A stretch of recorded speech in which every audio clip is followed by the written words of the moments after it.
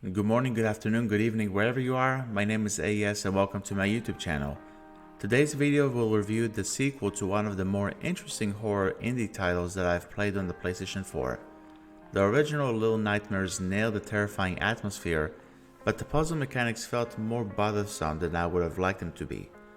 Thankfully, I'm happy to report that Little Nightmares 2 is not only my favorite horror game of 2021 as of the recording of this video, but it improves upon what Little Nightmares 1 established in every conceivable way. Without further ado, let's review Little Nightmares 2 for the PlayStation 4, which was released earlier this year and played on the PlayStation 5. Story. Although there's a narrative in Little Nightmares 2, I will keep this section short because I don't want to spoil any major key elements. I will tell you that the story in this game is very well executed. Seemingly happening right after the original game, the game starts off with the lead character Mano, who must venture across different environments while avoiding different sources of danger, whether they are caused by the environment or they are giant creatures that roam around the land and appear to be enormous due to your small stature. Ultimately, you will find the protagonist from the original game, and both of you attempt to survive the harsh level layouts. By the end of the game, several truths are revealed, which concludes the title's narrative in a horrific, yet satisfying way. It is not told with words, but the visual depiction of Little Nightmares 2 is excellent. Visuals and audio design. If you love the graphics and sound design of the original Little Nightmares, you're in for a treat with the sequel. While there are clear similarities between the two games in terms of character models, the environments and lighting are far superior in Little Nightmares 2. The former excels in its diversity, while the latter excels by simply existing in the sequel. Since we brought up character models, let me state that the creatures that you will encounter throughout your playthrough serve as fuel for any nightmares that you may experience in the near future. From a tall man who masks his face with a hat, to a teacher who can stretch out her neck. Each protagonist to antagonist encounter is suspenseful, and you will have to think about your movements very carefully if you want to reach the title's ending. As for the sound design, it is practically perfect here.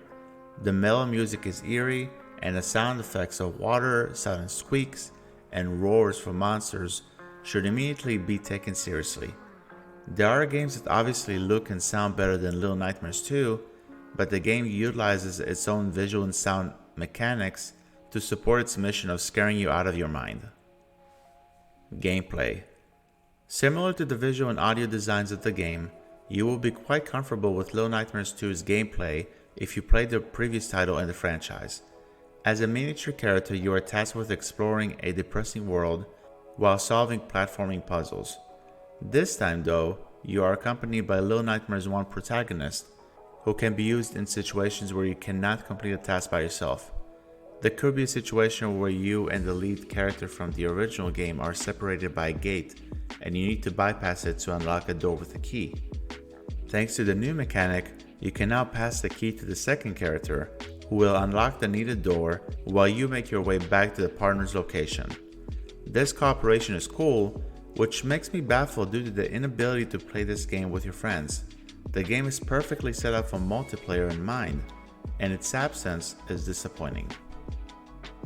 The other new feature in Little Nightmares sequel is light melee combat.